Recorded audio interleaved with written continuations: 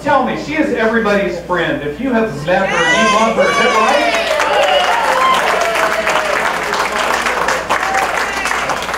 She is classy. She is lovely. She's the prettiest woman here tonight. I can say that. I can say that. That's right. And she's also your ride home, right?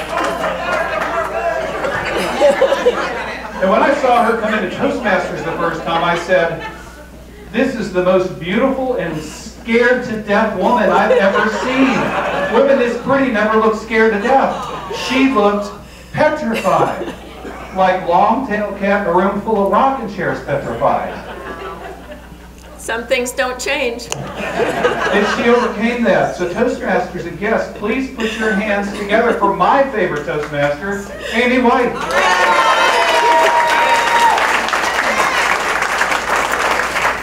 Well, thank you for that introduction and the 10-minute break, because seriously, who wants to follow DTM Blake Smith? Not me. After I read the book, Feel the Fear and Do It Anyways by Susan Jeffers, I knew I needed to join Toastmasters. That's when I walked through the doors at the Mount Vernon Inn. One of the first speeches I heard was by Shayla Dower. She was talking about finding the magic within. She had recently lost her husband, who died in her arms from a heart attack at age 46. She had 2 little girls. She had to find the magic to continue on. I heard that speech, it pulled at my heartstrings, and I thought, I want to be friends with her. My first mentor was Roxy Stedman. That's a fire. Back then, it wasn't electronic. You pay your dues, you wait 2 weeks, and your manual comes in the mail. But Roxy thought, no, you need a manual earlier than that. A couple days later, I got a phone call. Where are you? What are you doing? I was like, well, I'm at my son's baseball game at Winter Park High School. Okay, I'll see you soon. What? There was a tap on my shoulder around the 3rd inning. She hands me my manual, and she said, start working on your icebreaker. I think she knew there was a high probability of a flight risk. Well, I didn't do it right away. I kept putting it off, and 6 months went by, 7 months went by, 8 months went by. A lot of you encouraged me, but it still didn't happen until Roy came up to me and said, Amy, wait, he didn't say the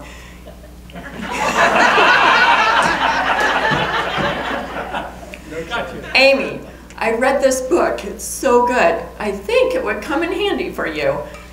He handed me his own copy. He passed it on to me. It was old, worn, and tethered.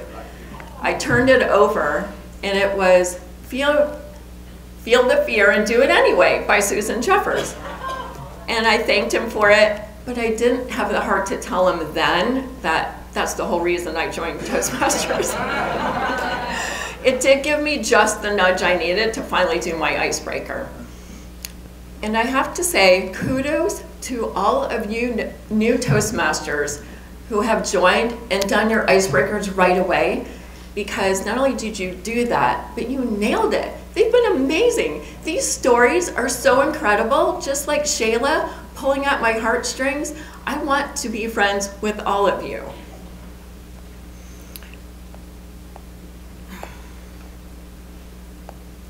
So, yes, Jeff said we're friends. I want to be friends with all of you, because when we celebrate each other in the club, we also celebrate each other outside of the club because of the friendships we have gained over the years, not just with Toastmasters, but with the spouses as well. So you are a family to me. Thank you.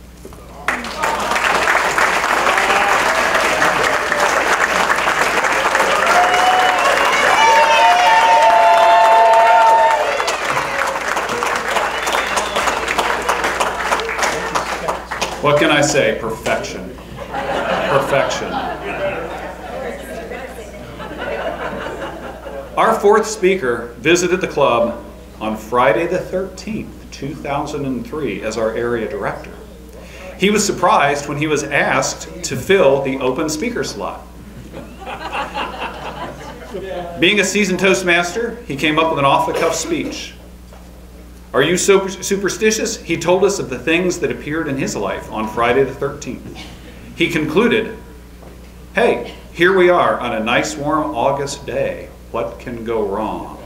Please welcome Tim Ricke with his speech titled, What Can Go Wrong?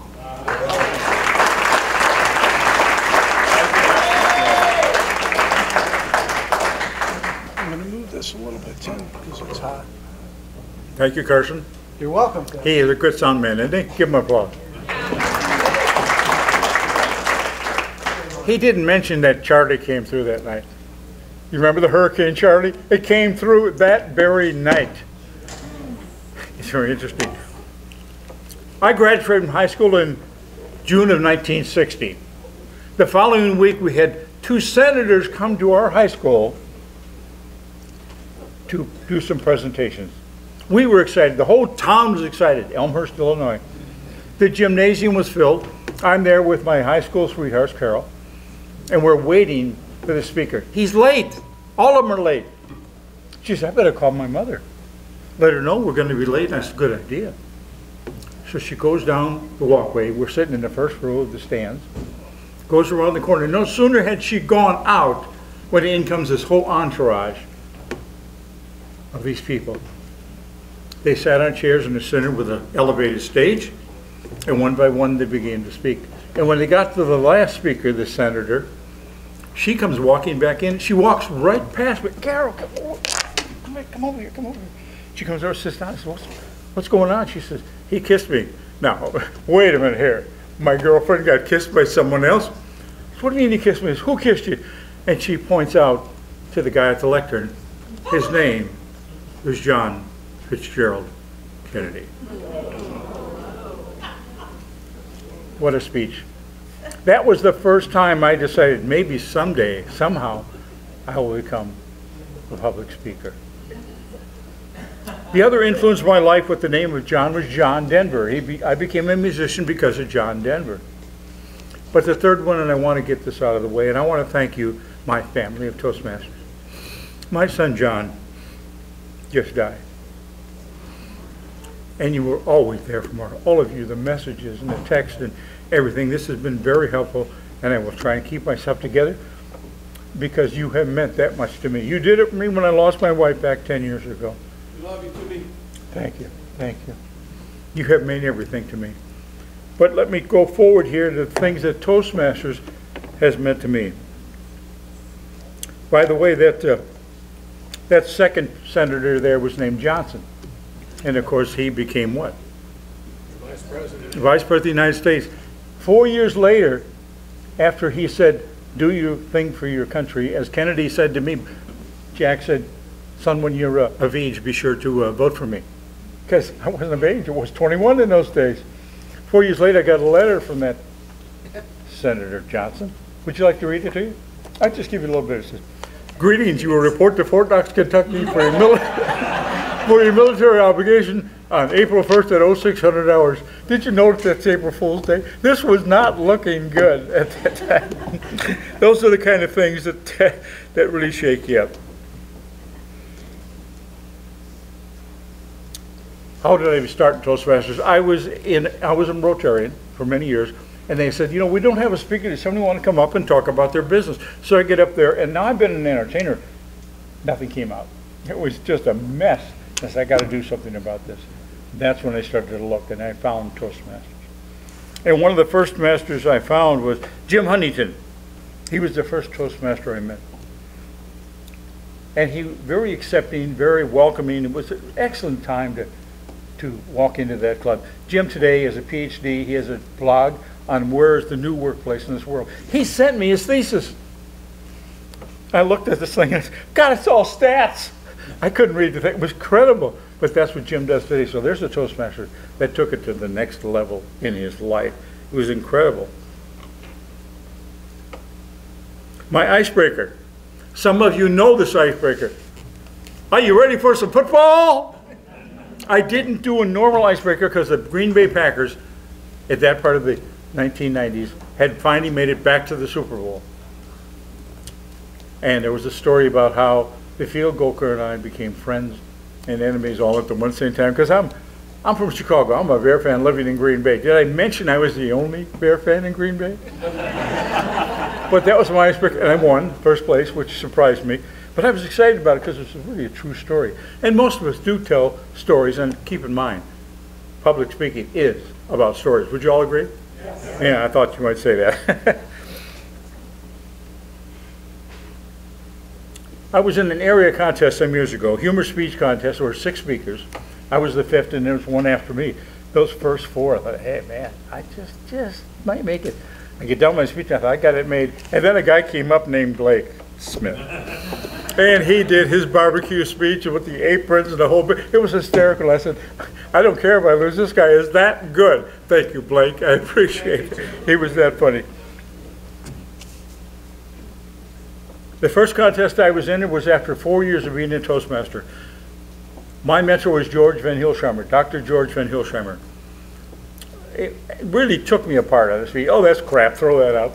This is what he did with me. But I won the club, the area. Then I went in division, and then when I got to district, I didn't. But he was upset. He thought I should have won. I said, George, look, my first try, I get to this level. I am not unhappy. I was very happy because I was surprised. I didn't think I had that in me to do that. But George proved that I had. I have recruited 130 Toastmasters, and number 131 is next week, I hope.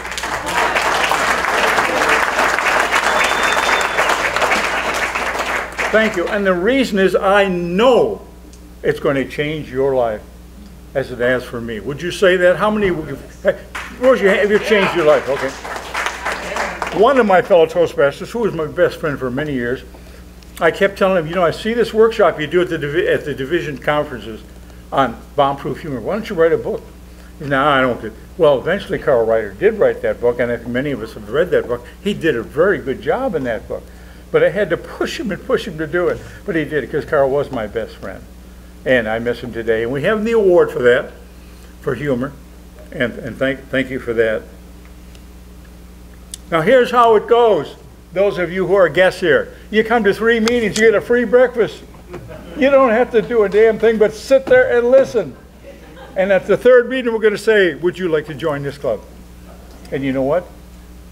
Almost every time they do. How many new Toastmasters in the last year are here? Would you please? 1, 2, 3. I'm not going to count. But there's a lot of you because you found out this is a club. Because it's a family we're joining, not just an organization. So it's been great.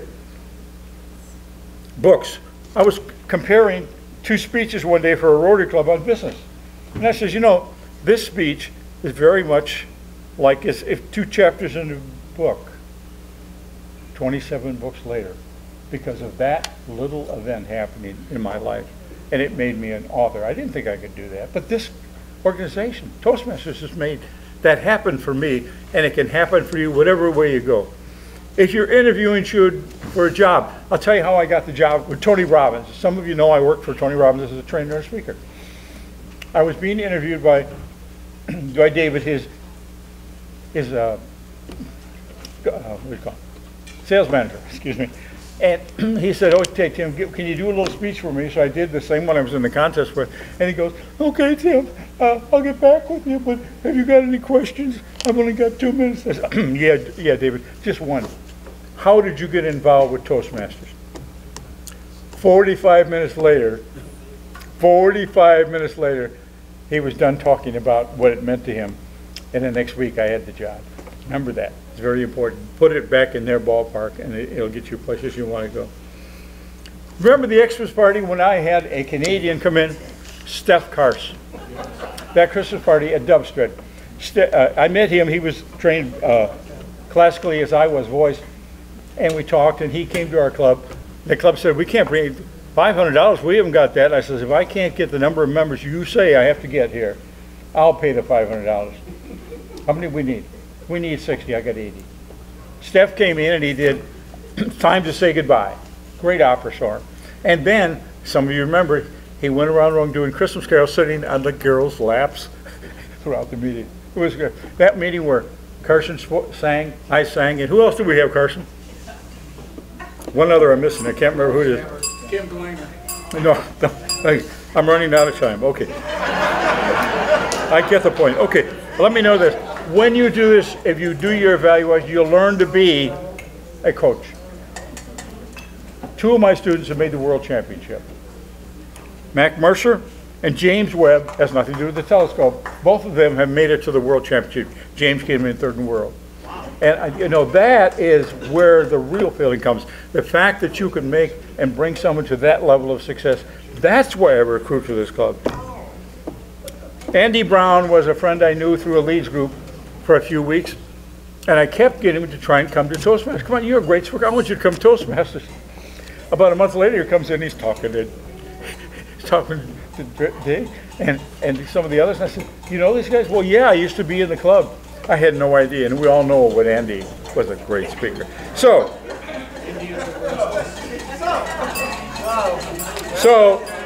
we'll wind it up there and say that I work with a great guy named Art Grindle and Sky King. Thank you. There you go. Thank you. Take me off here, huh?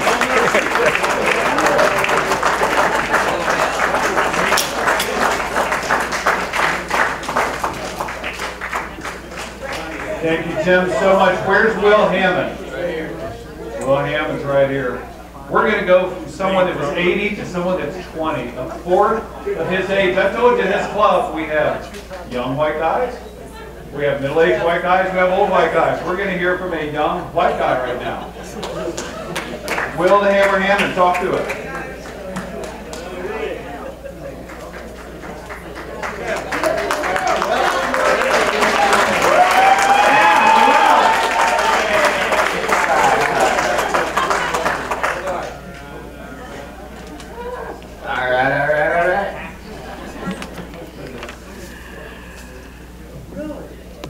Had to restart that a little bit. Good evening, guys. How y'all doing tonight? Come on, how y'all doing tonight? Let's get a quick round of applause for the folks who set this beautiful event up. All right. Jeff and everybody before me and Tim, they all spoke about how this is a family. And I'm not here because I'm the best speaker. I'm not here because I'm the funniest speaker. I'm here because you all are becoming my family, my second family. You all have taught me everything from make sure you tip your waitress to challenging me to shake off my fears to pushing me to become a stronger communicator. You all mean so much to me in different ways that I can't really put it into words. When Professor Canmaker asked me to do this, I didn't know if I could, because how do I put it into words? You all mean so much. As the youngest person here at 21, I look to carry on the torch for the next 60 years to the 120th. That is, if my bad life choices pertain to that, and I am a college student after all. And another reason you can't really get rid of me for a while is, well, people have talked about how people have found their significant others in this club. And I did recently, you know, kind of break up with my significant other, so I'm a single man. I've proposed to Rebecca 3 times, and I've gotten turned down every time, and maybe one day. But you all mean so much to me. I can't put it into words. Thank you for having me. Thank you for having me in this club, and I look forward to carrying the torch on for the next 60 years.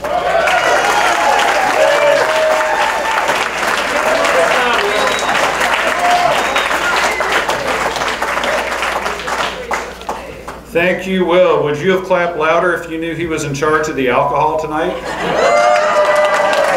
Right there, ladies and gentlemen. I don't even drink, but what a Herculean effort. Thank you, Will. And I want to take a moment because I feel like I buried the lead with Tim Ricke. We glossed over the fact, and I wasn't going to mention it, it's emblematic of this club and why I talk about it being like a family. He just lost his son. And I saw the post on Facebook, and I saw the comments from you, his Toastmaster family, last night before I went to bed. And I'm going to sleep thinking, is he going to speak tomorrow? He didn't have any mention in his intro. I sure wasn't going to bring it up unless he wanted to bring it up. He knew the show must go on. He loves this club, and he wanted to fulfill his obligation. And that, ladies and gentlemen, is a Winter Park Toastmaster. Thank you, Tim.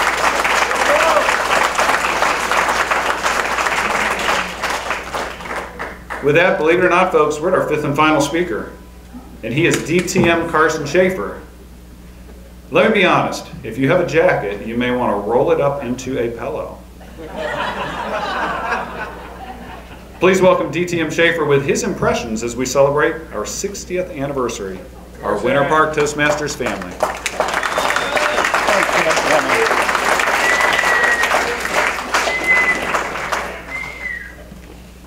Okay, I've only got 20 minutes.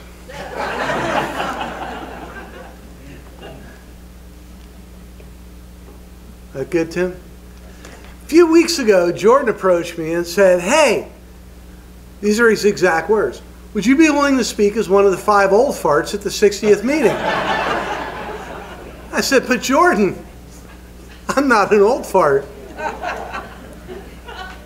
And the truth sounded like an odd tab buzzer.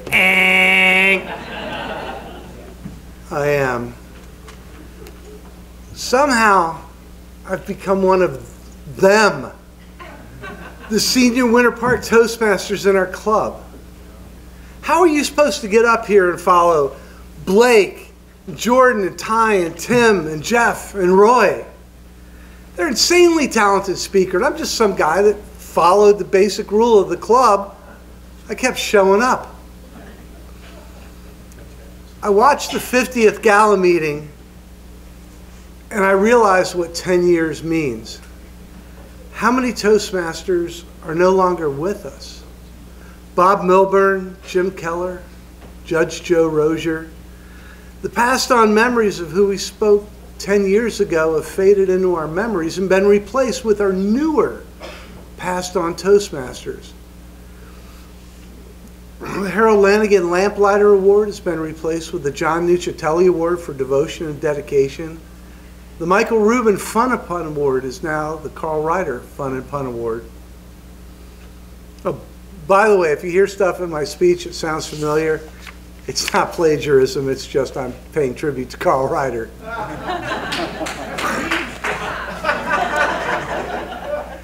And the one that hurt and still hurts the most was my and Carmelo and Blake's dear friend, Andy Brown. Andy once told me, Carson, do you realize when these old guys are gone, we're going to be the old guys? Well, it's 10 years later, my friend, and I so wish you were here to be one of the old guys. Now, I know you younger Toastmasters looking at us saying, man, you guys are ridiculously aged. And I can remember saying that myself about Roy, Tim, and Ty, because they were old 15 years ago. But time inexorably marches on. And one day you too will find yourself looking in the mirror wondering who the hell this old person is and where they came from. 60 years. I was 1 when this club was formed. And I am awed and honored to call myself a Winter Park Toastmaster, and I'm proud of how we've kept our dedication and tradition of excellence alive for 60 years.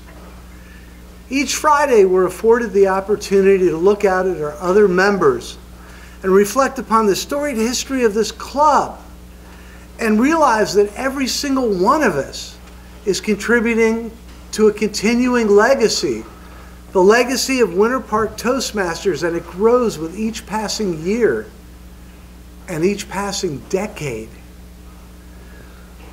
DTM Jeff Rufinaut's first meeting was a eulogy for Harold Lanigan. And Jeff said that he walked into not a meeting, but into a family. And that's us. We're a family. We've shared each other's joys, triumphs, failures, and heartbreak. We've laughed together, and we've cried together. We've heard each other's deepest secrets. And in doing so, we became more than a club. We became a family. At Winter Park Toastmasters, I've made friends for a lifetime with all of you. And in no small part because we shared so many hurdles together. DTM Mark Ehlers used to drive to the meetings and sit parked outside for a half an hour and drive away. Aren't you glad that he finally found the courage to walk through our door? Oh, yes. Mark.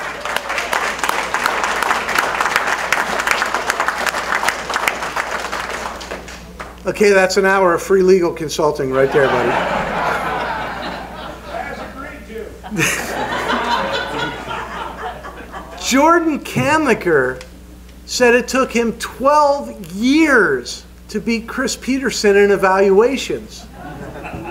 12 years of effort. And now Jordan shows us how it's done. It's part and parcel of who we are, what we are. Winter Park Toastmasters.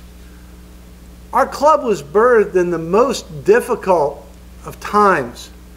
And that legacy has lived on and sustained us through other difficult times, including, as Nooch put it, a year of TV meetings. Watching our 50th Gala on YouTube, I realized that even though y'all, I'm sorry, Blake, even though all y'all gave me a cake that said, "You're still alive," we're not going to live forever, but Winter Park Toastmasters is going to live on. The trophy, you guys know I like racing. The trophy for the Indianapolis 500 is so large that no single individual can lift it because it has the image of every single winning driver carved into it from the first race. Many have passed on, but like Winter Park Toastmasters, their legacy lives on. This club is our trophy, comprised of all our past and present members, with lots of room for the new members yet to come. I'm certain that Ralph Smedley and President Kennedy would be proud of how we carried on the tradition of the Toastmaster and how we've kept that spirit alive. And I look forward to hearing all of you next Friday, and the Friday after that, and the Friday after that, and the Friday after that, and the 70th and the 75th Gala. For it is we, all of us members, past and present, that make Winter Park Toastmasters so great.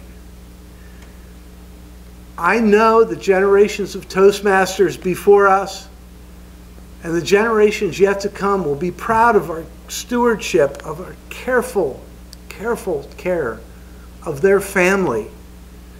We should all be proud and honored to be part of a continuing legacy, the legacy of our Winter Park Toastmasters family. Mr. Kemp. Thanks, David.